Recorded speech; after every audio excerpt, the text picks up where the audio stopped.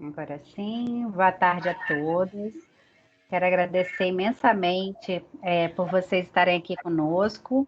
Hoje, dia 5 de outubro de 2020, nós vamos é, tratar de mais uma palestra do ATS em Pauta, do evento de extensão da Universidade de Brasília. Eu sou Elaine Capucci, professora da universidade, responsável por esse evento.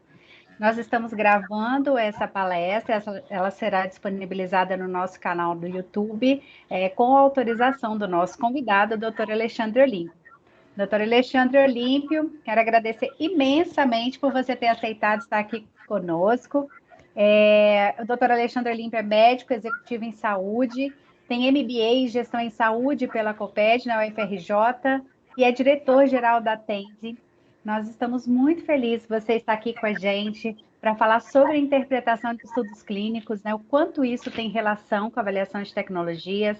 Doutor Alexandre, nós temos aqui alunos da Universidade de Brasília, de graduação, de pós-graduação, temos funcionários, temos professores, além de um monte de profissionais, alunos, professores de outras universidades, de outras instituições pelo país inteiro e até fora do Brasil. Nós estamos muito felizes por você ter aceitado.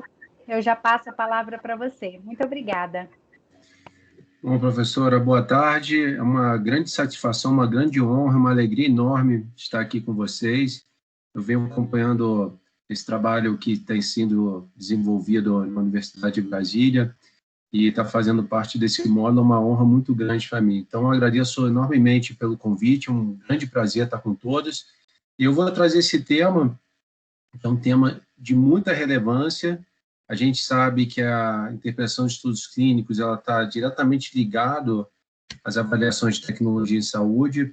Eu vou trazer aqui da forma que eu entendi que seria bem didática e bem proveitosa para todos, e ao final a gente bate um papo quando forem surgindo as dúvidas. Bom, antes de iniciar, a gente tem aqui uma publicação de 2010 do Ministério da Saúde, que é a Política Nacional de Gestão de Tecnologia em Saúde, e que ela já coloca como, nos seus princípios da gestão de tecnologias, deve o quê? Utilizar as evidências científicas, avaliando quais atributos, segurança, eficácia, efetividade, eficiência, e com isso poder avaliar os impactos econômicos, éticos, sociais e ambientais da tecnologia em questão. Então, quando a gente vai falar na descoberta de um novo medicamento, na verdade, é uma jornada muito, muito longa. A gente está falando de 8, 10, 12 anos, dependendo da molécula. Tudo começa lá na pesquisa básica, que é feita em nível de bancada, onde é identificadas moléculas que são promissoras para o tratamento de determinada doença. Uma vez havendo identificação dessas moléculas e otimização química delas, posteriormente é feita a fase de pesquisa chamada pré-clínica. E por que a gente chama de pesquisa pré-clínica? Porque ela é feita antes da clínica, ela é feita antes de ser utilizada aqui, em seres humanos. Então, a pesquisa pré-clínica ela é feita em ambiente laboratorial, onde inicialmente são feitos testes in vitro, e aqui, in vitro, literalmente, a gente está falando no vidro, onde você vai testar aquela molécula de células para ver como é que é a interação daquela molécula em culturas de células. Existe uma interação eficaz e segura, é iniciado os testes em modelos animais, a maioria das vezes modelos murínicos, ratos e camundongos, e uma vez mostrando que na pesquisa pré-clínica esse medicamento ele mostra eficácia e segurança, é submetido um dossiê para as agências regulatórias chamada IND, que é o Interventional New Drug Application, onde as empresas pedem uma aprovação para as agências regulatórias para que, agora eu quero começar a testar em seres humanos. E começa a fase chamada de pesquisa clínica, que é dividida de fases de 1 a 4, onde na fase 1, normalmente é feito em indivíduos saudáveis, que não são portadores da doença, com o objetivo muito mais de avaliar a farmacocinética, avaliar também a segurança e também determinar como que diferentes dosagens você vai ter o menor nível, uma dosagem com a menor dose que vai começar a causar algum tipo de efeito, até a maior dose, a dose máxima tolerada. E uma vez que eu consigo mostrar que o medicamento funciona nessa fase 1, eu vou para a fase 2, que é a fase que normalmente você vai testar diferentes dosagens com frequência completamente diferente, com o objetivo de encontrar o binômio eficácia e segurança numa determinada dosagem, e essa determinada dosagem, uma vez sendo identificada, mostrando que é eficaz e seguro, vai poder seguir posteriormente para a chamada fase 3, que é a fase onde normalmente busca eficácia e segurança já com o objetivo de quê? De aprovação regulatória daquele medicamento. E uma vez esse medicamento sendo aprovado e já sendo comercializado nos países, aí os estudos que são feitos posteriormente de pesquisa clínica, a gente chama de estudos de fase 4. O que teve de grande mudança aqui no Brasil foi a RDC 200, de dezembro de 2017, onde, em algumas situações, a gente consegue aprovação regulatória de medicamentos com estudos de fase 2 mostrando eficácia e segurança. A grande questão aqui que é interessante é o investimento que existe para o desenvolvimento de uma molécula, a gente está falando de 1,4 bilhões de dólares, então o grande patrocinador aqui, literalmente, é a indústria farmacêutica, e outra coisa muito interessante é o funil, que é muito estreito. Então, a cada 10 mil moléculas estudadas, apenas uma chega ao mercado. Então, senhores, uma jornada longa e uma jornada muito difícil de conseguir com que esse medicamento, de fato, chegue ao mercado. E, muitas vezes, esse medicamento chegando, mostrando eficácia e segurança, 10% desses produtos, às vezes, não conseguem aprovação pelas agências regulatórias. Então, eu gosto muito de fazer essa analogia que o ciclo de desenvolvimento de uma molécula é muito semelhante ao desenvolvimento da tartaruga marinha. Então, onde você tem várias moléculas que estão nascendo, como várias tartaruguinhas, mas são poucas que, de fato, chegam na fase adulta e conseguem aprovação regulatória. Outro tema muito importante é com relação ao tamanho de amostra. Então, imagina que a gente fosse fazer um estudo aqui para definir as características da população brasileira. Obviamente que definir a amostra que a gente vai avaliar, ela faz toda a diferença. Então, se a gente definisse só essa amostra dessa região, obviamente que a gente não ia conseguir definir bem as características da população brasileira. Com base nisso, eu tenho que ampliar a minha amostra para que ela consiga definir as características. Então, quando eu amplio dessa forma aqui, eu consigo pegar todas as regiões, praticamente todos os estados, e com base nessa amostra, eu consigo aqui ter uma boa definição das características da população brasileira. Mas quando eu penso em amostra, ela tem que ser o quê? Representativa da população-alvo. A amostra daquele estudo tem que estar representando a população-alvo daquela doença. O número de participantes vai ter que ser adequado, ela deve ser grande o suficiente para que a probabilidade de encontrar diferença entre os grupos, se o mero acaso, seja baixa, e que a probabilidade também de se detectar diferenças verdadeiras e clinicamente significantes seja alta. Nesse momento, é feito o quê? Um cálculo amostral, e aqui quem entra para definir isso vai ser o bioestatístico. Então, o bioestatístico, junto com os investigadores, eles vão definir o tamanho dessa amostra e com base no quê?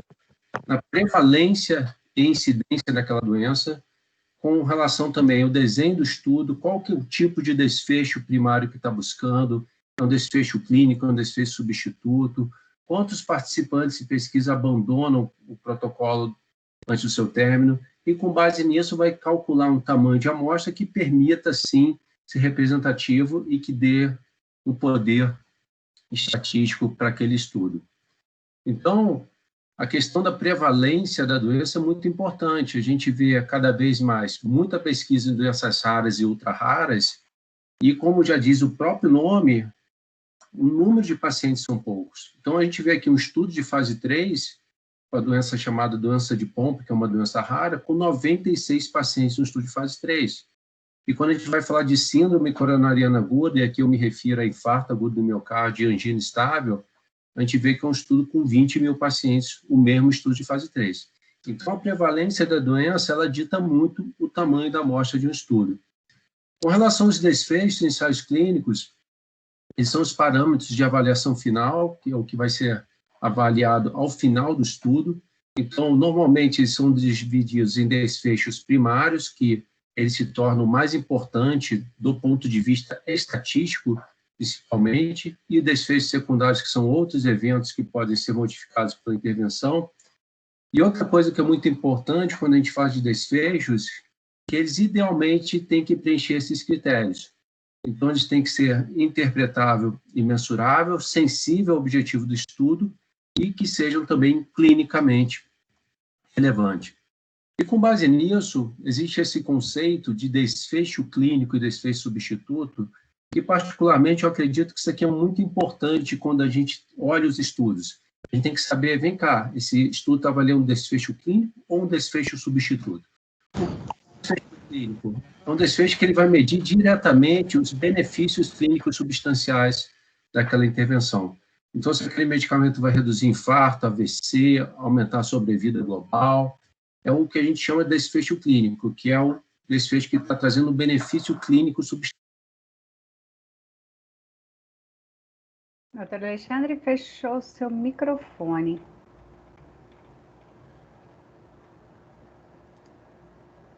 Doutor Alexandre? Estou aqui. Desculpa, tinha fechado seu microfone. Tá. Pode voltar. Essa tela vocês pegaram ainda? Começou a falar de desfecho clínico, sim. Tá. Então, só voltando aqui rapidamente, então o desfecho clínico é que ele vai medir diretamente o benefício clínico daquela intervenção. Então, a gente está falando redução de morte, infarto, AVC, fratura.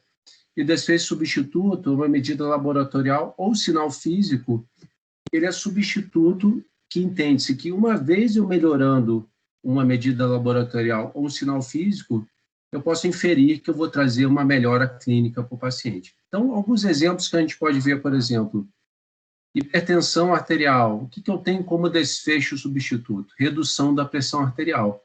Mas quando eu faço um estudo para medicamentos antihipertensivos, eu busco saber se aquele medicamento ele vai reduzir eventos cardiovasculares, morte, infarto, AVE isquêmico, o hemorrágico.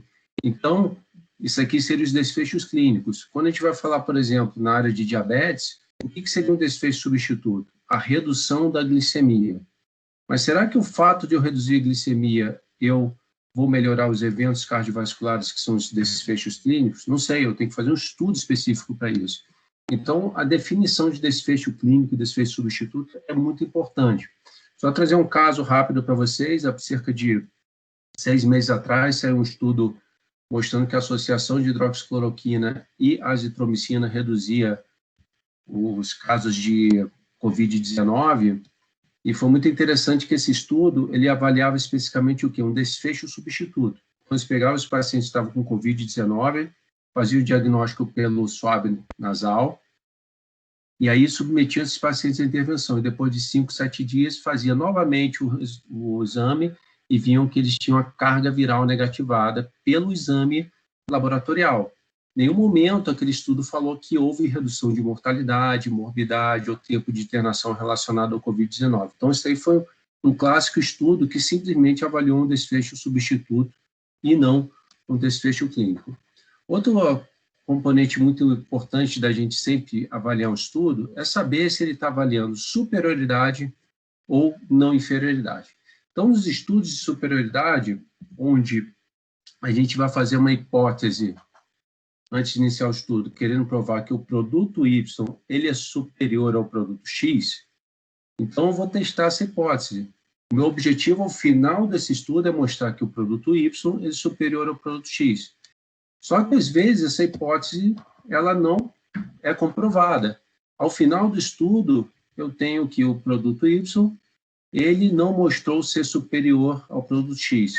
Quando eu me deparo com uma situação dessa, eu posso falar que o produto Y ele é não inferior ou que ele é semelhante ao produto X? Não posso.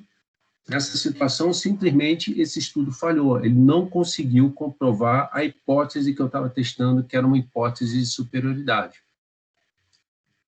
Só para vocês verem, isso aqui é um exemplo de um estudo que fez a comparação entre dois imunobiológicos, o certolizumab pegol e o adalimumab, um estudo cabeça a cabeça, head to head, para mostrar superioridade. O objetivo desse estudo era mostrar que o certolizumab era superior ao adalimumab, e ao final do estudo, esse foi literalmente o resultado que ele demonstrou. Ou seja, ele não conseguiu comprovar a hipótese de superioridade. E eu não posso pegar simplesmente esse resultado e mostrar que esse medicamento ele é tão bom quanto ou não inferior. Tanto que os autores colocaram aqui que os resultados mostraram que o certolizumab não é superior a adalimumab, ou seja, esse estudo ele falhou em demonstrar a hipótese de superioridade. E a mesma coisa acontece quando eu falo de estudos de não inferioridade, onde eu quero mostrar que o medicamento Y ele é não inferior ao X, só que ao final do estudo eu me deparo com o resultado desse, onde Y aparentemente ele é superior ao X. Então, nessa situação, posso falar que é superior? Não. Eu posso falar que é superior só numa situação quando a gente faz os estudos chamados desenhos adaptativos. O desenho adaptativo, ele é uma metodologia estatística onde eu faço mudanças pré-planejadas, mas eles têm que estar no começo, no protocolo de estudo. Aí eu posso pegar um estudo de não inferioridade e, dependendo do resultado, eu posso pegar esse resultado e assumir que aquele resultado ele permite falar que a molécula é superior. Mas se não tiver o desenho adaptativo, em um estudo de não inferioridade, mesmo que tenha uma percepção de superioridade, eu não posso assumir que esse produto é superior. Então, esse aqui é um exemplo, o semaglutide, um medicamento para diabetes. Eles queriam avaliar a redução de eventos cardiovasculares e comparou o semaglutide versus placebo, mas num estudo para avaliar a não inferioridade do semaglutide versus placebo. E a gente nitidamente observa nessa curva de Kaplan-Meier que ao longo do tempo a gente começa a ter menos eventos no grupo semaglutide versus placebo, e nitidamente quando eu olho aqui nesse gráfico, aparentemente o semaglutide ele parece ser superior ao placebo. Mas eu posso assumir isso? Não posso, porque esse estudo foi de não inferioridade. Tanto que os autores colocam na sua conclusão que confirmou a não inferioridade. Então, isso é sempre muito importante. A gente está avaliando essa questão, se é um desfecho de superioridade ou se é um desfecho de não inferioridade. Com relação aos desenhos de ensaios clínicos, desenho tradicionalmente para aprovação de medicamentos são o que a gente chama de ensaios clínicos randomizados. Então, seria alocação nos tratamentos sem uma escolha consciente. Os pacientes têm uma chance igual de receber qualquer um dos tratamentos disponíveis. Ele permite uma comparabilidade dos grupos, uma vez que os indivíduos vão ter a mesma probabilidade de cair em qualquer um dos braços dos estudos. E é normalmente esse modelo aprovado para novos produtos. A randomização, então, é uma distribuição completamente aleatória entre os braços de tratamento. Então, quando a gente fala de uma randomização 1 para 1, é como se eu jogasse uma moeda como se literalmente fosse um cara ou coroa. Então, nessas situações, onde eu tenho randomização, eu pego uma população de estudo de 100 pacientes, 50 vai para o grupo chamado intervenção, 50 vai para o grupo controle. Quando eu tenho isso aqui, a gente chama de alocação igual, uma randomização 1 para 1. Por quê? Porque eu tenho a mesma proporção de pacientes num braço do que no outro braço. Então, a gente chama de alocação 1 para 1. Precisa ser igual ao número? Não, mas a proporção tem que ser semelhante. Então, 48, 52, 47, 53. E tem um conceito que a gente chama de unequal allocation, alocação desigual, é quando eu tenho a mesma população de 100 participantes, onde 66 vai para um grupo chamado intervenção e 34 vai para o grupo controle. Então, eu vou ter uma alocação aqui 2 para 1, ou seja, eu tenho uma proporção de 2 participantes nesse braço e 1 nesse outro braço aqui. Então, os autores dizem que quando eu tenho uma alocação desigual, normalmente eu tenho uma perda de poder estatístico na faixa de 15% dos estudos. E como que eu faço para avaliar uma boa randomização no estudo? Então, uma coisa fundamental quando a gente vai avaliar estudos randomizados é avaliar tabelas de características basais. Essa tabela, o que ela traz de informação? Ela mostra que um grupo está sofrendo uma intervenção e o grupo controle com placebo. A gente já vê aqui que existe uma randomização 1 para 1, mesma proporção de pacientes um braço e no outro. E o que a gente observa? Uma série de características desses participantes de pesquisa. Então, para eu avaliar uma boa randomização, as características dos grupos devem ser semelhantes. Então, eu sempre devo olhar essa tabela para ver se as características são semelhantes, porque eventualmente pode ter uma característica diferente que ela pode ter interferência no resultado do estudo, tanto para um resultado positivo, também para um resultado negativo. Quando a gente vai avaliar os estudos chamados randomizados, a gente obrigatoriamente tem que pensar em qual a população que faz parte da análise primária do estudo. Então, a gente vai falar dessas populações que é conhecida como ITT, que é Intention to Treat, MTT, Modified Intention to Treat, e Per Protocol, que a gente vai explicar o que seria isso. Então, a população chamada Intention to Treat é aquela população que inclui para a análise primária todos os participantes que foram originalmente alocados após a randomização. Então, essa metodologia ela ignora desvios de protocolo, não compliance, retirada de consentimento. E, para gravar aqui, eu sempre dou essa dica, o Intention to Treat é uma vez randomizado, sempre analisado. Então, ele costuma evitar estimativas muito otimistas de eficácia de uma intervenção que poderia ser resultada pela retirada daqueles que não aderiram ao protocolo. E ele é como se fosse uma simulação de uma vida real, obviamente está muito longe de uma vida real, porque entende que na prática clínica não adesão ou desvio do protocolo acaba acontecendo. O MTT, que é o Modified Intention to Treat, que é a intenção de tratar modificada, ela considera somente quem recebeu pelo menos uma dose após a randomização. Então, randomizou, recebeu pelo menos uma dose, vai ser considerada essa população MTT, exclui da análise quem não recebeu o tratamento após a randomização ou aqueles que são inelegíveis após a randomização. E o chamado Per Protocol, que é de acordo com o protocolo, ele vai considerar simplesmente quem terminou perfeitamente o protocolo. Então, se essa pessoa retirou consentimento, abandonou, ela vai sair dessa análise. Então, vamos entender essa diferença, que isso aqui é muito importante. Então, eu tenho aqui os pacientes que foram triados, desses triados foram randomizados 2.044. Quem seria a chamada população Intention to Treat? Esses 2.044. Essa é a população que vai ser analisada. Quem que seria a população Modified Intention to Treat? É aqueles pacientes que vão utilizar pelo menos uma dosagem da intervenção ou do grupo controle. Então, aqui vocês podem ver que houve 8 participantes que tiveram erro de randomização. Esse daqui já sai, e eu vou considerar só esses daqui que foram que utilizaram pelo menos uma dosagem, que é a população MITT. E ao longo do estudo, uma série de coisas vai acontecendo. O paciente perde acompanhamento, retira consentimento, morre, tem evento adverso grave, tem que sair do protocolo do estudo, e ao final, terminou 737 pacientes de um lado, 822 desse lado. Essa aqui é a população chamada Per Protocol. Então, olha a diferença, a gente aqui tem 2.044 pacientes, participantes de pesquisa, e aqui a gente tem cerca de 1.500. Então, olha como é que é muito importante a gente olhar qual a população que aquele estudo definiu como população que será avaliada, que a gente sai de 2.044 para 1.500 participantes. Então, isso aqui é muito importante, a gente sempre analisar isso. De uma forma geral, o Intention to Treat, ele como fosse considerado um padrão ouro de análise primária de resultados. Então, normalmente, quando você tem uma definição de análise por Intention to Treat, normalmente é uma metodologia mais bem aceitada.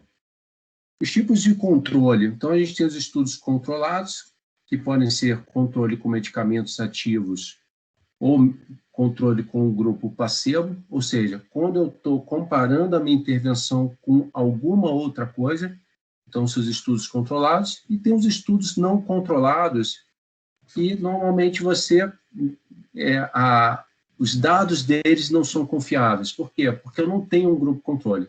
É como se eu fosse testar um medicamento para saber se ele vai reduzir tempo de internação, e eu mostro que ele reduziu o tempo de internação, mas como eu não tenho um grupo controle, eu não sei como é que seria esse resultado no grupo controle. Então, normalmente, quando a gente vai avaliar a evidência científica, os estudos que têm grupos controles, eles são muito mais, a qualidade da evidência é muito mais robusta. Cegamento ou mascaramento. Por que eu trago aqui cegamento ou mascaramento? Porque são sinônimos. A gente normalmente usa cegamento, é uma forma mais comum de utilizar, mas mascaramento é uma forma de falar também. Bom, a importância do cegamento e do mascaramento é que ela vai impedir que o participante ou o investigador, no caso o médico ou qualquer outro investigador, venha saber qual o verdadeiro tratamento que o participante está recebendo e, com isso, eliminar qualquer influência psicológica.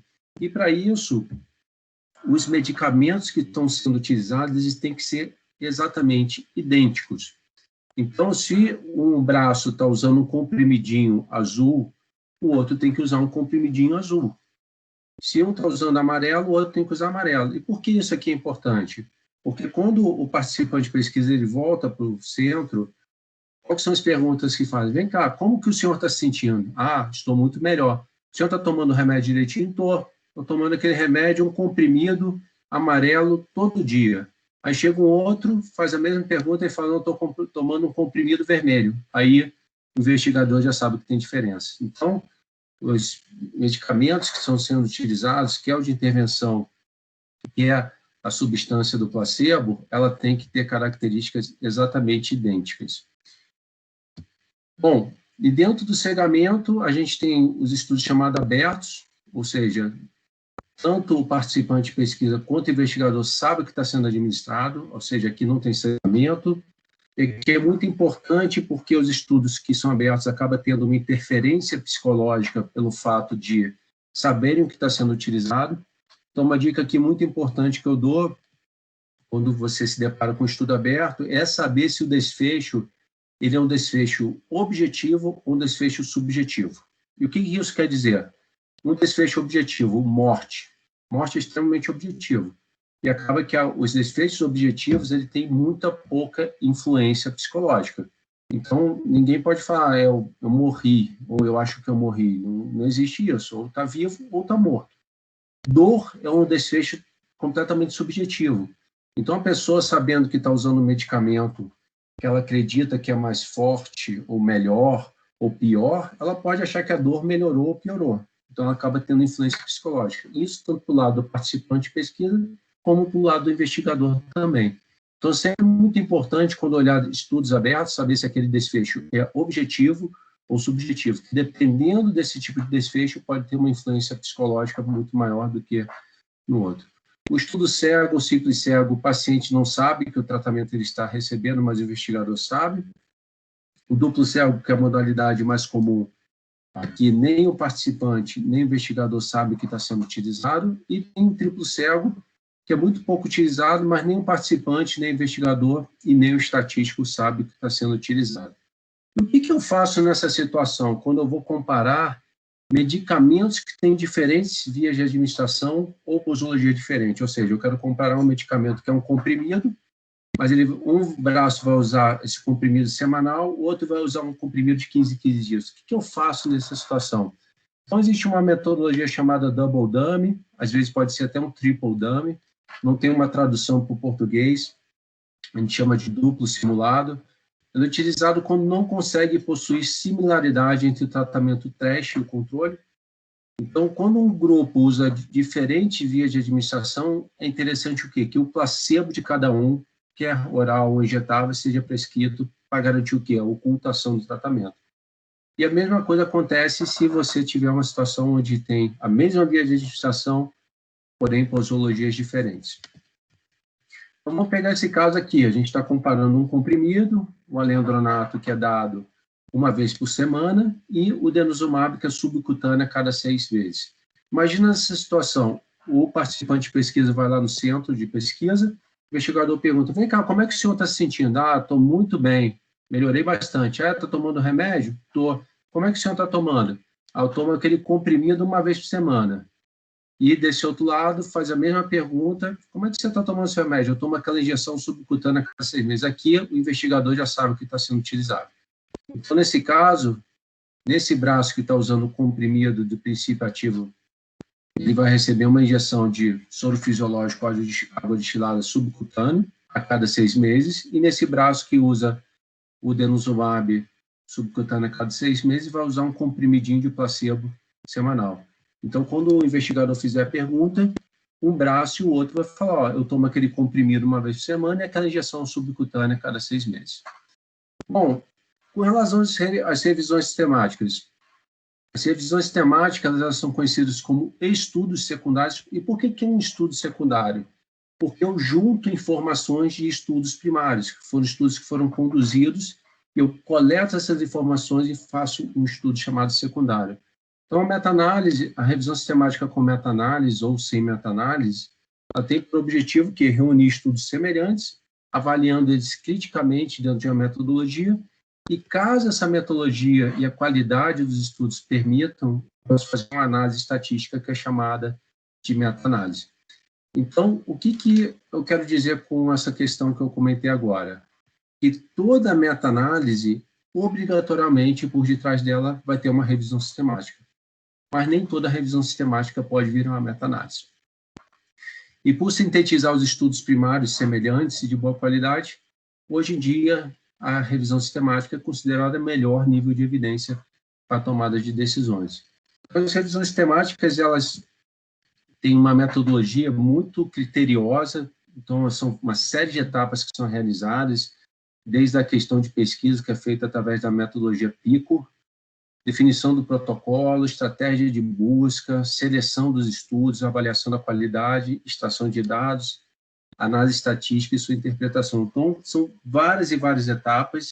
As revisões temáticas, elas levam normalmente um tempo muito maior do que uma revisão que a gente vem acompanhando, que vem surgindo cada vez mais a literatura, que é chamada de revisões rápidas, mas hoje, sem sombra de dúvida, dentro do nível de evidência, a melhor evidência científica que a gente tem. Quando a gente vai falar de meta-análises, existem alguns prós e contras. Então, os prós aumentam o poder estatístico através do aumento do tamanho amostral, acaba resolvendo incertezas com as discordâncias. Os contras são as heterogeneidades dos estudos, então você vai pegando vários estudos primários que podem ter heterogeneidade entre eles, e estudos com resultados negativos que não eram publicados no passado. Então, no passado, existia uma situação que alguns estudos negativos eles não eram publicados. Hoje em dia, isso não acontece, as empresas acabam publicando, inclusive, os resultados negativos, mas existe essa crítica com relação às meta-análises, principalmente quando você coleta muito dado antigo quando vai fazer a busca na literatura.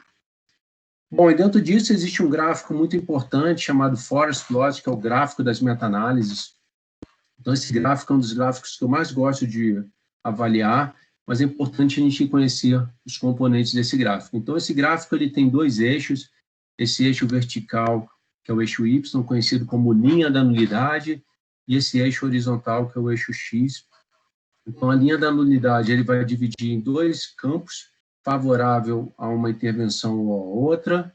A gente, quando olha esse gráfico, e se tratando de uma meta-análise, quando essas linhas horizontais são nada mais, nada menos que os estudos que compõem uma meta-análise, a gente aqui observa que no interior dessas linhas horizontais tem esse quadrado, e esse quadrado nada mais, nada menos é o peso do estudo nessa meta-análise. Então, quanto maior esse quadrado, maior o peso desse estudo na meta-análise, e esse quadrado está muito relacionado principalmente ao tamanho da amostra do estudo. Então, a gente observa que esse estudo tem uma amostra maior do que esses outros, e existe também uma correlação indireta do tamanho da amostra com o intervalo de confiança. Então, essa variação dessa barra aqui é o que a gente chama de intervalo de confiança. Quanto maior a amostra, menor o intervalo de confiança, quanto menor a amostra, menor o intervalo de confiança. E quando a gente se depara com um gráfico desse, que é uma meta-análise, essa imagem losango diamante, nada mais, nada menos que a meta-análise, que é o quê? É a conclusão compilando esses três estudos. Qual que é o papel da linha da nulidade nesse gráfico aqui? A linha da nulidade ela tem um papel super importante, porque quando essa barra do intervalo de confiança ela encosta ou cruza a linha da nulidade, ela simplesmente o que anula a significância estatística. Ou seja, o p-valor vai ser maior ou igual a 0,05. Então, quando isso acontece, anulou a significância estatística. Então, quando eu falo em um estudo que eu quero avaliar superioridade de um produto versus o outro, eu busco o quê?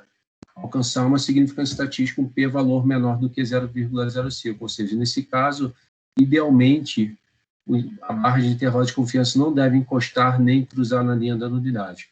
Nos estudos de não inferioridade, o cruzamento da linha da nulidade é uma coisa normal, e a gente não está buscando alcançar a significância estatística, mas nesse caso, quando a gente avalia o estudo de superioridade, o objetivo é que não haja cruzamento da linha da nulidade. Então, vamos avaliar aqui.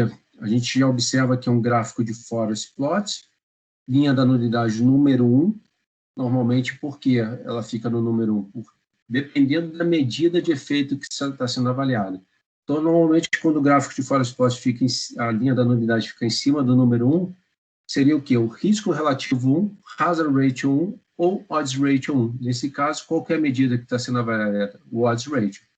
Então, dividiu em dois campos, favorável ao leandronato, favorável ao denosumab, e que a gente observa, tem 3 estudos nessa meta-análise, 3 estudos com características diferentes, esse com uma amostra muito maior do que esses outros 2 estudos aqui, e a gente já consegue, inclusive, avaliar aquela correlação entre tamanho de amostra e o tamanho do intervalo de confiança.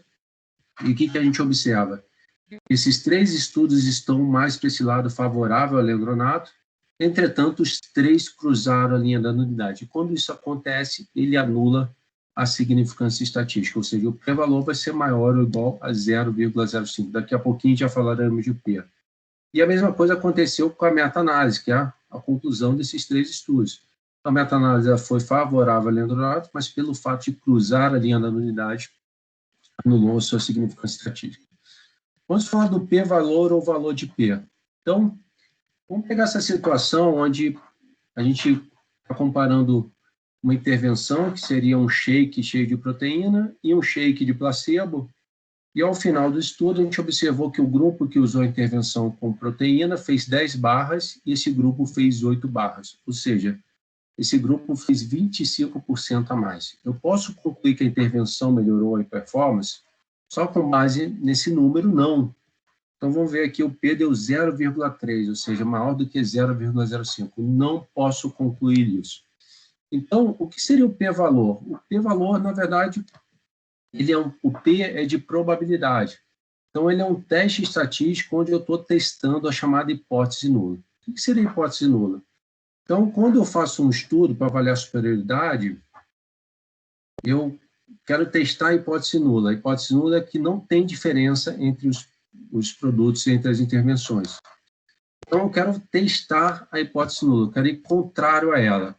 Então, no passado, foi definido que o nível de significância estatística seria um valor de P menor do que 0,05. Esse 0,05 é nada mais, nada menos que 5%. Então, para alcançar a significância estatística, teria que ser menor do que 5%. O que isso significa? Significa que tem 5% de chance do achado ser ao acaso, ou seja, sem relação com a intervenção. Daqui a pouquinho, no próximo slide, vai ficar mais claro isso. Então, quanto menor o valor de P, então P de 0,001, menor a chance do achado ser ao acaso, ou, em outras palavras, maior a chance de ter relação com a intervenção. Então, vamos olhar aqui que vai ficar mais fácil. Então, nesse pontilhado aqui, seria o p-valor de 0,05 e acima dele, que não vai ter significância estatística.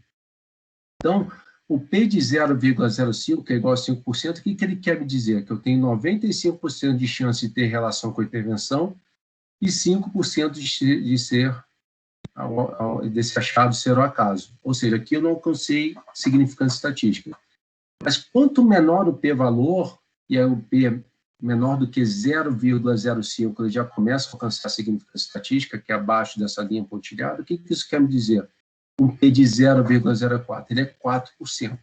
Então, está me dizendo que eu tenho 96% de chance daquele resultado ter relação com a intervenção e 4% de chance de estar acontecendo ao acaso. Um p de 0,01, por exemplo, ele é o quê? 1%. O que isso quer me dizer? Que eu tenho 99% de chance daquele resultado ter relação com a intervenção e 1% ao acaso. Então, quanto menor o valor de P, maior a chance do achado ter relação com a intervenção. Bom, então, olha aqui esse caso. A gente tem aqui o paciente um braço usando denosumab, queria avaliar o risco de fratura, então teve 86 casos de fratura com denosumab, e 264 casos de fratura com placebo. nessa situação, o que a gente observa? Existe uma diferença numérica entre os grupos. Mas será que essa diferença numérica, o fato do denosumab reduzir fratura, está relacionado ao denosumab propriamente dito? Então, tem que ver o p-valor. Opa, o p deu menor do que 0,05. Então, mostra que alcançou significância estatística, ou seja, esse resultado ele teve correlação com a intervenção que foi o uso do denosumab. Então, se p de 0,001, o que ele está me dizendo? Eu tenho 99,99% de chance desse resultado de redução de fratura ter correlação com o denosumab e 0,01% de seroacácio. Então, quanto menor o p-valor, maior a significância estatística. E o p-valor eu também posso utilizar ele para avaliar uma série de outras coisas, como eventos adversos, por exemplo. Então, aqui eu vejo nesse medicamento chamado Entresto, que é um medicamento para ciência cardíaca, teve 588 casos de hipotensão sintomática e no enalapril 388 casos, ou seja, numericamente o Entresto teve mais casos que o enalapril. Mas será que essa diferença é simplesmente numérica ou ela alcançou significância estatística? Olha, o P foi menor do que 0,05, ou seja, alcançou significância estatística. Então, aqui eu já observo que esse número aqui, ele mostra que a hipotensão sintomática, ela de fato tem correlação com a intervenção com o uso do Entresto.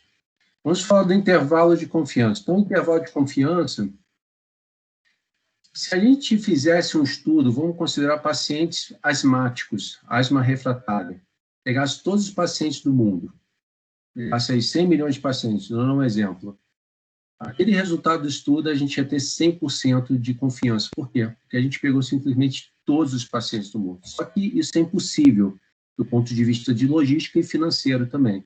Então, normalmente a gente faz o quê? Amostras de população. Então, o intervalo de confiança ele vai definir o quê? Os limites inferior e superior de um conjunto de valores que vai ter uma certa probabilidade de conter no seu interior o valor verdadeiro daquela intervenção. Então, normalmente nos estudos a gente usa o intervalo de confiança de 95%, mas pode usar 90%, 99%. Então, quando eu tenho um intervalo de confiança de 95%, entende-se o quê? Que ele tem 95% de probabilidade de incluir o valor real da eficácia da intervenção em estudo. E com isso, o que seria esse intervalo de confiança de 95%? Aqui novamente entra o papel do bioestatístico.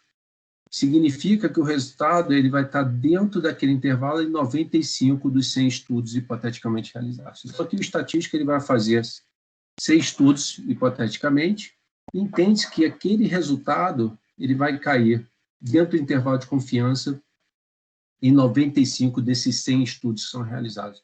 Então, vou mostrar graficamente, vai ficar mais fácil de entender isso.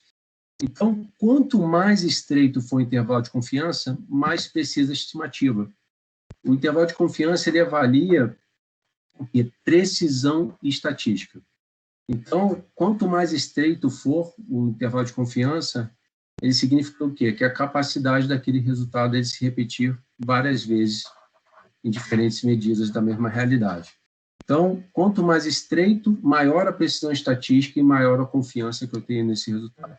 Então, aqui um exemplo de um intervalo de confiança variando de 0,20 a 0,89, 0,20 a 0,89, e esse intervalo de 0,56 a 0,71, 0,56 a 0,71. Então, nessa situação, se eu repetir 100 estudos hipoteticamente, e que em 95 desses 100 estudos o resultado vai cair dentro desse intervalo de confiança, como esse intervalo de confiança ele é mais amplo, a variação do resultado dentro dele vai variar muito. Então, eu seria repetindo aqui, 0,20, 0,21, 0,23, 0,24, 0,25, ou seja, esse resultado não se repete tanto dentro dessas medidas. Mas quando eu tenho um intervalo de confiança mais estreito, quando eu repito 100 estudos e que em 95 desses 6 estudos o resultado cai dentro desse intervalo de confiança, ele começa a se repetir muito mais. Isso me garante uma precisão muito maior desse resultado. Então, 0,56, 0,71 vai dar 0,56, 0,56, 0,57, 0,58, 0,60, 0,63, 0,63, 0,60. Então, ele se repete várias vezes dentro da mesma medida. Então, se a gente fosse fazer uma analogia do intervalo de confiança, o que seria? A gente tem aqui um alvo, Então, se eu jogar uma flecha e acertar aqui, eu acertei no alvo? Acertei no alvo. Mas qual que foi a minha precisão? Baixa. Se eu jogar uma flecha aqui e acertei no alvo, acertei. Aqui a gente, inclusive, chama o quê? Na mosca. Então, se a gente fosse fazer uma analogia para o intervalo de confiança, esse aqui acertei no alvo, mas minha precisão foi baixa, e se eu acertei na mosca, mas no alvo também, com a precisão muito maior. Então, a gente falou de um conceito do p-valor, que é significância estatística, e agora a gente fala de intervalo de confiança, que é precisão estatística, que são coisas completamente diferentes. Então, se a gente fosse pegar um estudo onde dois estudos comparando a mesma molécula e avaliando aqui o mesmo desfecho, qual que é o resultado mais preciso? Então, do ponto de vista de significância estatística, a gente vê que o estudo X e o Y são exatamente iguais, P de 0,001. Mas quando a gente vai avaliar do ponto de vista de precisão estatística, o que a gente observa? Que esse estudo ele tem um intervalo de confiança mais estreito. Então, aqui, esse dado ele me mostra que a confiança que eu tenho nesse resultado é superior a esse daqui, apesar do nível de significância estatística ser exatamente o mesmo. Então, aqui a gente assume dois conceitos, significância estatística e precisão estatística. Então, o intervalo de confiança é sempre muito importante a gente analisar. Bom, vamos falar aqui de odds ratio, que é uma medida de efeito muito utilizada, ou conhecida como razão de chance. Então, que ele vai avaliar a chance de desenvolver uma doença, um grupo é maior ou menor do que o grupo de um outro grupo que não está exposto a uma determinada situação, ou quando tem intervenção, se aquela intervenção ela pode beneficiar ou não o grupo quando comparado ao outro. Então, o odds ratio é uma razão entre duas possibilidades, que vai ser a razão entre a chance de a doença ocorrer, ou a chance da doença não ocorrer, ou a chance do participante de pesquisa se beneficiar com uma intervenção ou não. Então, aqui, o odds ratio é muito utilizado em estudos observacionais. Então, a gente observa aqui um estudo comparando mulheres fumantes versus não fumantes e o baixo peso ao nascer. Então, o que a gente observa? Que teve 275 casos de baixo peso ao nascer no grupo fumante, e 2.144 não tiveram, e 311 casos de baixo peso nascer nas não fumantes, e 4.496 que não tiveram baixo peso nascer. Quando faz o cálculo do odds ratio, ele vai virar 1,85. O que significa esse odds ratio de 1,85? Significa que as mulheres que fumam têm quase 2 vezes mais chance de ter uma criança com baixo peso no nascer quando comparado às mulheres que não são fumantes. E tem uma outra medida chamada hazard ratio, ou razão dos riscos, ou razão do risco, que é uma medida de efeito também muito utilizada, principalmente para análise de sobrevidas, ou análise do tipo tempo até o evento. Então, esse tipo de estimativa não leva em conta apenas se o desfecho ocorreu ou não, mas também avalia o ponto e no tempo em que esse evento ocorreu. Então, ele é muito utilizado, principalmente para avaliação de desfechos em oncologia, sobrevida global, sobrevida livre de progressão de doença. E quando a gente avalia o hazard ratio igual a 1, a gente entende que não tem diferença entre os grupos. Por quê? Porque o hazard ratio igual a 1 entende-se que é aquela chamada linha da nulidade, que não tem diferença. Hazard menor ou maior do que 1 significa que um evento ele foi melhor ou pior. Então, hazard menor do que 1, a gente entende que é uma redução no risco, e o hazard maior do que 1, entende-se que existe um aumento do risco. Então, aqui é uma curva de Kaplan-Meier. Essa curva, ela rapidamente mostrando, ela tem dois eixos, um eixo que é horizontal, que é o eixo X, que avalia tempo, e um eixo vertical, que é o eixo X, que aqui está avaliando o desfecho de sobrevida livre de progressão de doença. E o que a gente observa é que, ao longo do tempo, existe um grupo que está nessa linha azul, que tem uma redução de a sobrevida livre de progressão de doença melhor, ou seja, a evolução da doença nesse grupo é menor do que quando comparada a esse, mas a gente observa que o hazard ratio é 0,31. E como eu mostrei, quando a gente tem um hazard menor do que 1, significa o quê? Que essa intervenção ela está reduzindo o risco. Então, aqui a gente observa que esse hazard menor do que esse hazard de 0,31, a gente pode calcular a redução do hazard, ou seja, a redução do risco que essa intervenção está trazendo. Então, a gente pode fazer um cálculo que é 1 menos 0,31, que dá 0,69, eu multiplico por 100, vira 69%, ou seja, essa intervenção reduz 69% o risco de progressão de doença quando comparado a esse outro grupo aqui. Bom, risco relativo. O risco, ele é a probabilidade de ocorrência de certo desfecho, então vai avaliar a associação entre a exposição do fator de risco ou intervenção e o desfecho, indicando quantas vezes a ocorrência do desfecho no grupo de expostos é maior do que aqueles não expostos a uma determinada intervenção. Então, o risco relativo, a análise, ela é muito semelhante ao hazard ratio, extremamente semelhante, inclusive, algumas pessoas confundem risco relativo com hazard ratio, eles não são irmãos gêmeos, eles são primos, porque a forma de análise é muito semelhante. A grande diferença que existe em hazard ratio e risco relativo é que o hazard ratio, a gente fala que ela é uma medida extremamente dinâmica, onde eu consigo avaliar o hazard através de vários momentos do tempo. E o risco relativo, ele é instantâneo. Eu avalio o risco em um determinado momento do tempo. Então, eu vou avaliar o risco com 6 meses, depois eu avalio o risco com 2 anos, que vai ser diferente de 6 meses, depois eu vou avaliar o risco com 2 anos, que vai ser diferente com 1 ano e com 6 meses. Então, essa aqui é uma da grande diferença. Risco relativo instantâneo, hazard ratio, uma medida dinâmica. Então, o risco relativo igual a 1, não há diferença entre os grupos, porque é a linha da nulidade. Risco relativo maior do que 1 significa que é um risco aumentado, igual ao hazard ratio maior do que 1, um risco aumentado, e o risco relativo menor do que 1 é um risco diminuído, também conhecido como fator de proteção. Então, a gente observa aqui nessa medida que foi utilizado o risco relativo, olha que interessante, isso aqui foi uma publicação da New England, ele bota risco relativo ou hazard ratio, ele considera como sinônimo, isso aqui está errado. Ou é risco relativo ou hazard ratio. Então, nesse caso aqui, era risco relativo que está sendo avaliado.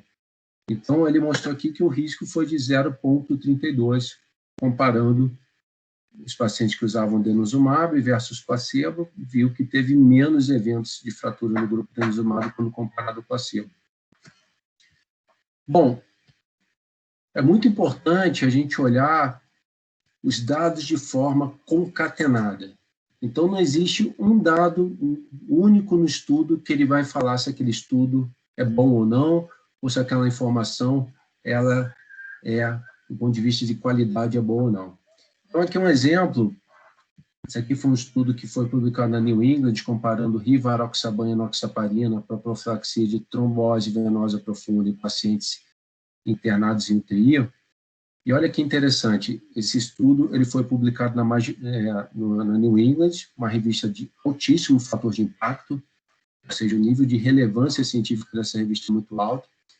Então, esse estudo, com quase 8.000 pacientes, ou seja, uma amostra robusta, e mais que esse estudo mostrou? O risco relativo, ele estava avaliando aqui sangramento clinicamente relevante. Então, ele viu que o grupo que usou rivaroxaban teve 111 casos de sangramento clinicamente relevante, o grupo enoxaparina, 49 casos, e quando a gente vai avaliar o risco relativo, deu 2,3. O que significa isso? Os pacientes que usavam rivaroxaban apresentam um risco de sangramento quase 2,5 vezes maior que a enoxaparina. Mas que mais de informação tem aqui? Olhem o intervalo de confiança.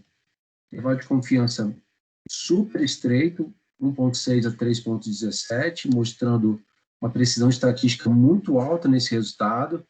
Além disso, não houve cruzamento da linha da nulidade, que é o número 1, mostrando que a gente alcançou significância estatística, o p-valor vai ser menor do que 0,05, e deu aqui, p de 0,001, mostrando que tem uma significância estatística muito, muito importante. Então, a gente junta aqui uma série de informações, tamanho da amostra, a medida de efeito, que é o risco relativo, mostrando 2,5 vezes o risco de sangramento, e juntando intervalo de confiança e p-valor. Então, quando a gente junta essas informações todas, o dado ele se torna muito mais relevante, ou pode também se tornar muito menos desinteressante.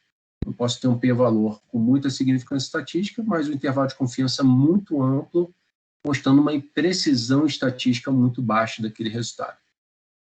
Bom, falar rapidamente sobre prática clínica baseada em evidências. Isso aqui é antigamente conhecido como medicina baseada em evidências.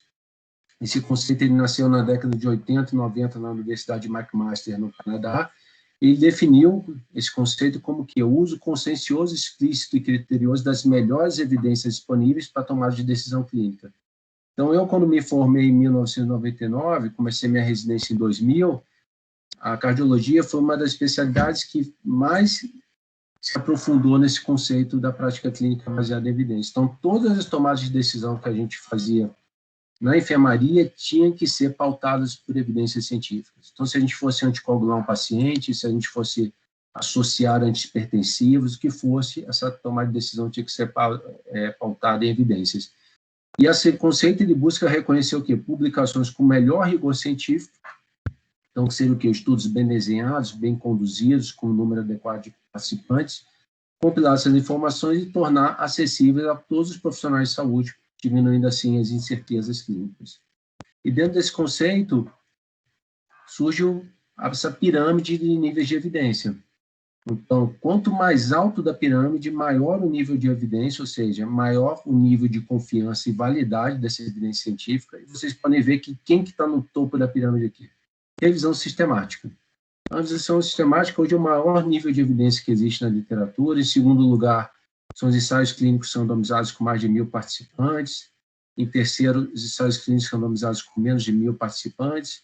Em quarto lugar, a gente já vê as coortes, os estudos de coorte, já são estudos observacionais, estudos de real world, estudos de casos controle como quinto lugar. E olha aqui as séries de casos, relatos de casos, estão lá embaixo do ponto de vista de nível de evidência.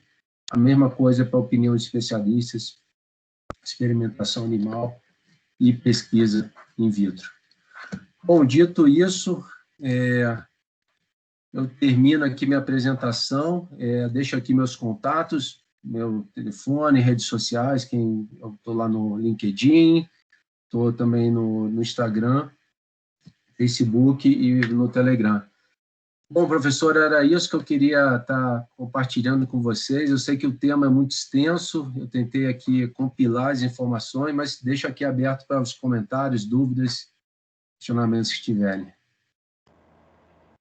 Muito obrigada, Alexandre. É ruim que a gente não está presencialmente para todo mundo aplaudir, né, e agradecer.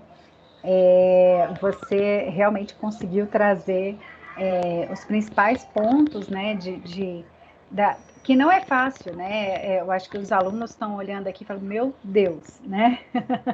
Não é simples, mas é super necessário. E aí, falando, seja para você atuar realmente lá na avaliação de tecnologias, ou como você trouxe aqui agora, né? Na prática clínica, né? E aí, enfim, é importante, eu estou aqui batendo para ver se as meninas param de fazer barulho. Mas é importante a gente entender que esteja, né, no escritório, lá no Ministério da Saúde, dentro de um hospital, no núcleo de avaliação de tecnologias, dentro da indústria, a gente vai ter várias palestras sobre a indústria, você vem da indústria, e na prática clínica. Então, onde quer que nós, né, vamos atuar, é importante, inclusive, na gestão, que o gestor entenda o que é a saúde baseada em evidências, né? E como avaliar essas evidências. Então, muito obrigada mesmo, foi super esclarecedor. Temos duas mãozinhas levantadas, eu vou passar aqui já para as perguntas. Alexander, quer fazer a pergunta? Boa tarde, professora, tudo bem? A senhora consegue me escutar? É que eu estou no celular hoje. Parabéns, professor, doutor Alexandre, muito bom sua palestra, muito enriquecedora. A pergunta que eu faço, doutor Alexandre, é com relação a que nós tivemos duas outras palestras, tanto com o pessoal da Conitec quanto o pessoal da CEMED, e o pessoal demanda bastante preocupação com a aprovação precoce de estudos de fase 2 aqui no Brasil, né, sem o acompanhamento de fase 3 e fase 4.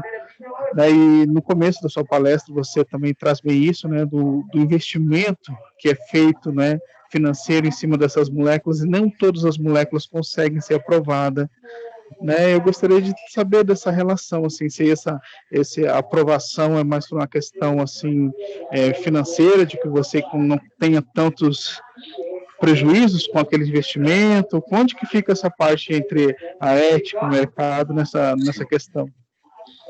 Alexander, obrigado pela sua pergunta, é um ótimo ponto. O que acontece?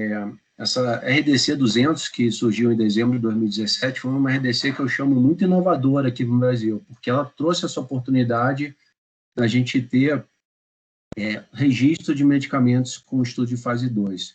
Só que essa RDC, ela pauta especificamente algumas situações. Então, ele considera produtos que vão trazer benefícios para situações que normalmente são doenças negligenciadas, que não têm nenhum tipo de tratamento.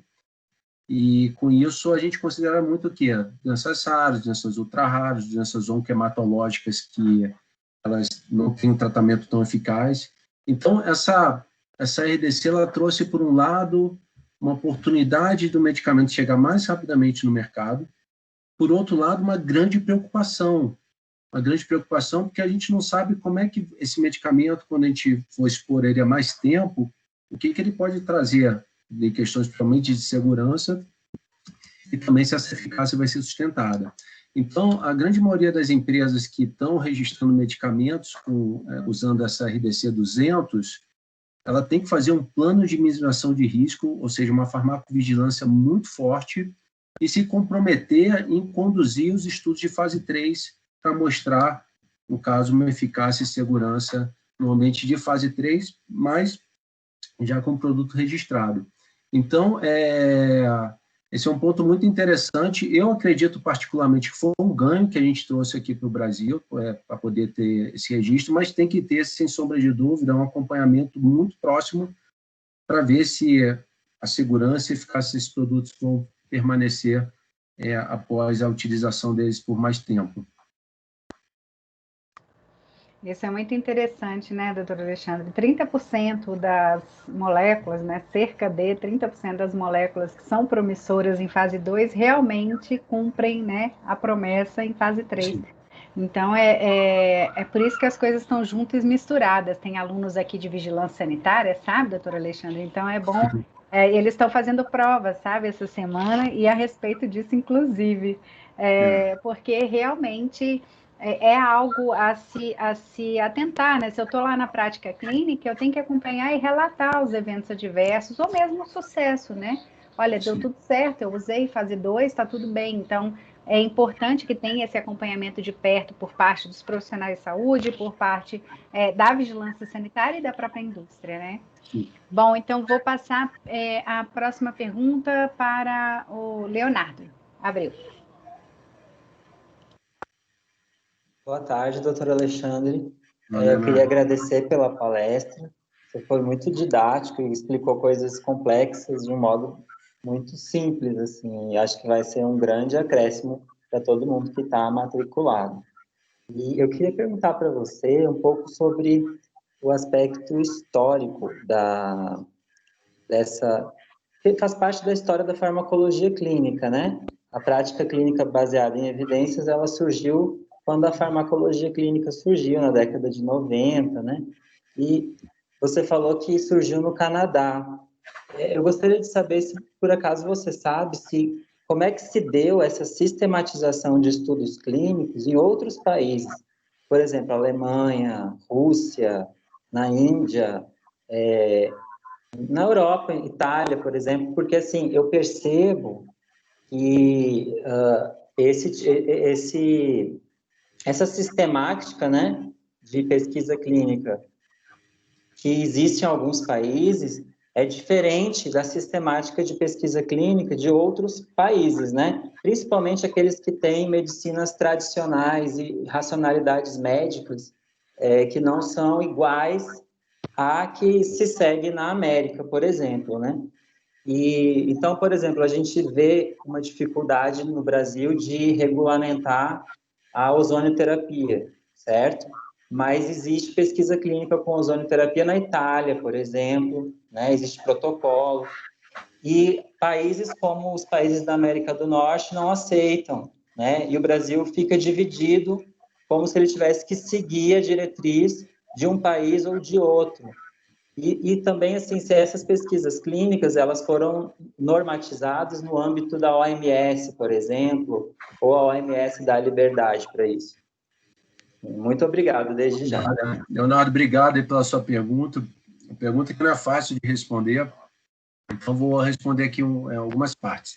Em relação à prática clínica baseada em evidências, ela surgiu lá nessa Universidade McMaster que eu falei. Vale até a pena, pessoal, depois vocês entrarem no site da Universidade McMaster, assim, é muito rico lá de informações. Então, eu não conheço como é que foi a difusão desse conhecimento nos outros países, mas eu posso falar que no próprio Brasil. O Brasil, o que aconteceu? Foram ondas de especialidades adotando esse conhecimento da prática clínica baseada em evidência. Então, hoje, praticamente, todas as especialidades, e não estou falando só de especialidade, estou falando de todos os profissionais da área de saúde, têm esse conhecimento bem sedimentado, e isso demorou alguns anos, essa aqui foi a grande verdade, não aconteceu rapidamente. Com relação a essa questão da regulamentação de pesquisa clínica, isso é um ponto muito interessante que você trouxe. E aí eu gosto muito de falar, porque às vezes aqui no Brasil a gente fica com com aquele estigma, né, que não, Brasil, as coisas aqui às vezes não são feitas de uma forma tão boa. A grande verdade é o seguinte: a nossa agência regulatória ela é muito boa, a Anvisa é muito boa. A Anvisa ela não perde para nenhuma agência regulatória no mundo inteiro. E os nossos fluxos de aprovação para estudos, eles são fluxos que basicamente são dois fluxos de aprovação. Tem o fluxo de aprovação regulatório, que segue pela Anvisa, e tem o fluxo de aprovação que é ético, que segue pelo sistema CEP e CONEP. Uma das grandes questões que tem aqui, Leonardo, que é importante, e que eu acho que a pandemia ela vai deixar um legado muito legal para a gente aqui no Brasil, é que aqui a gente sempre demorava muito para ter aprovação de protocolos de pesquisa aqui no Brasil. Então, já chegou um ano, ultimamente estava cerca de 8 meses que estava demorando para você ter aprovação de um protocolo de pesquisa, quando comparado aos Estados Unidos, que com 30 dias o protocolo de pesquisa já está aprovado. E o que aconteceu com isso? A gente perdeu muita pesquisa clínica aqui no Brasil. Então, quando a gente olha para trás, a oportunidade de pesquisa para a gente estar estudando a nossa população, alavancando a pesquisa clínica aqui no Brasil e também trazendo investimentos, a gente perdeu muito.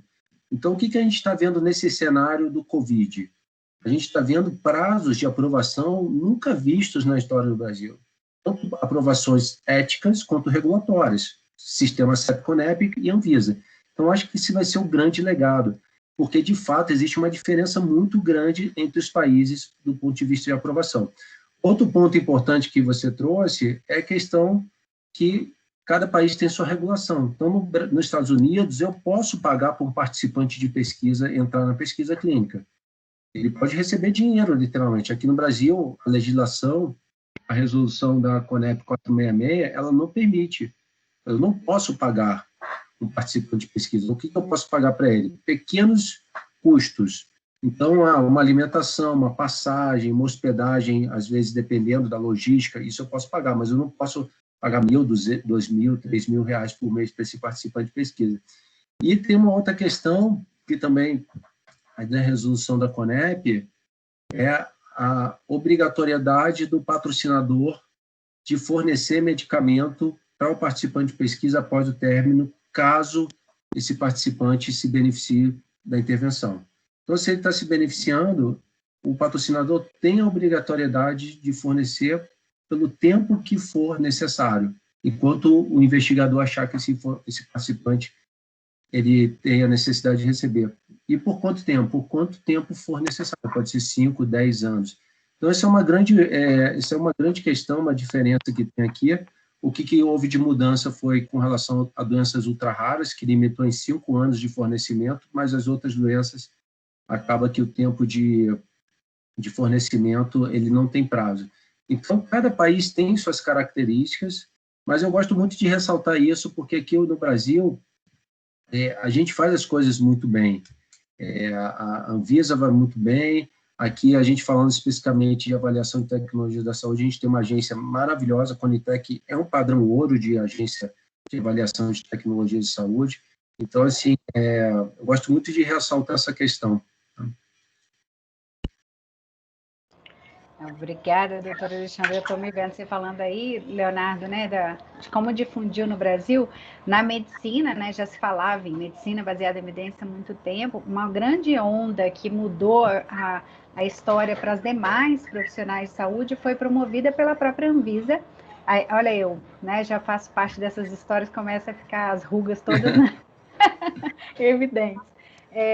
Na Rede Sentinela, quando a Anvisa fez parceria via PROAD SUS com o Hospital Sírio-Libanês, com o IEP, no Instituto de Ensino e Pesquisa, e ofereceu especialização em saúde baseada em evidências. Houve todo um apoio para trazer o Congresso Cochrane para o Brasil, né? Isso na década de 2000, olha isso. Olha, Então, foi eu acho nessa que eu época... trabalhava no MS, bem nessa época, porque eu trabalhava na economia da saúde e ficava na economia da saúde essa gestão do PROAD SUS. Eu acho que foi, Isso. colegas meus. Foi isso, Léo. Um dos grandes movimentos, porque formou pessoas na Rede Sentinela toda, eram mais de 100 hospitais, né? E a gente ofereceu via, e ainda naquela época que estava começando, né, as videoconferências, né, o RNP funcionando, enfim, começando essas coisas. Eu lembro que a primeira vez que teve videoconferência lá no hospital foi esse curso. Então, foi uma das formas que se viu, e a própria Anvisa colaborando para isso, né? Depois, claro, todo esse movimento, junto com a própria CEMED, com o BRATS, né, que era o Boletim Brasileiro de Avaliação de Tecnologias, que trazia também a análise de evidências. Isso veio a política que o doutor Alexandre colocou, e aí a criação da Conitec. Então, esses movimentos, eu falo assim, para as demais áreas, né? Porque a medicina já vinha trabalhando a medicina baseada em evidências, a prática clínica, né, baseada em evidências há algum tempo. O doutor Alexandre tem compromisso, né? Ele tem uma live, vou aproveitar e deixar à vontade para você convidar todo mundo que está aqui.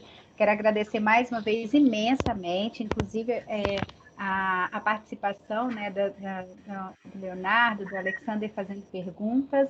Doutor Alexandre, muito obrigada mais uma vez. Eu agradeço a todos pela oportunidade de estar aqui com vocês. Para mim foi assim, uma grande felicidade, um grande prazer. Muito honrado, professora, pelo convite. Já me coloco à disposição quando tiver uma outra oportunidade, porque é um trabalho muito interessante. Eu admiro muito o trabalho que a senhora vem fazendo aqui. Então, muito obrigado pela oportunidade. Quer fazer o convite para a live? A nossa live aqui, assim, a gente está sempre fazendo live, e aí tem nosso Instagram, tem soluções, mas tem uma live mais de sorteio, então não sei se vai legal para vocês, mas sempre quando a gente tiver uma live interessante, vale a pena nos acompanhar lá, porque a gente fala de alguns temas. O doutor Alexandre também coloca alguns conteúdos bem interessantes nas redes sociais da Tense, muito legal seguir. Eu sempre falo, doutor Alexandre, com os alunos que estão aqui, para seguir o LinkedIn, né? Não só Insta, Face e demais, né? Mas o LinkedIn é bem legal para a gente ir captando conteúdos interessantes e pessoas que podem nos ajudar, networking, enfim, né? Então, muito obrigada, doutor Alexandre, mais uma vez, e obrigada a todos. Até a próxima, a outra semana, dia 19, que na próxima é feriado, dia 12 de outubro, a gente não vai ter aula. Um abraço, pessoal. Obrigada, doutor Alexandre. Parabéns mais uma vez. Muito obrigada. Tchau, tchau.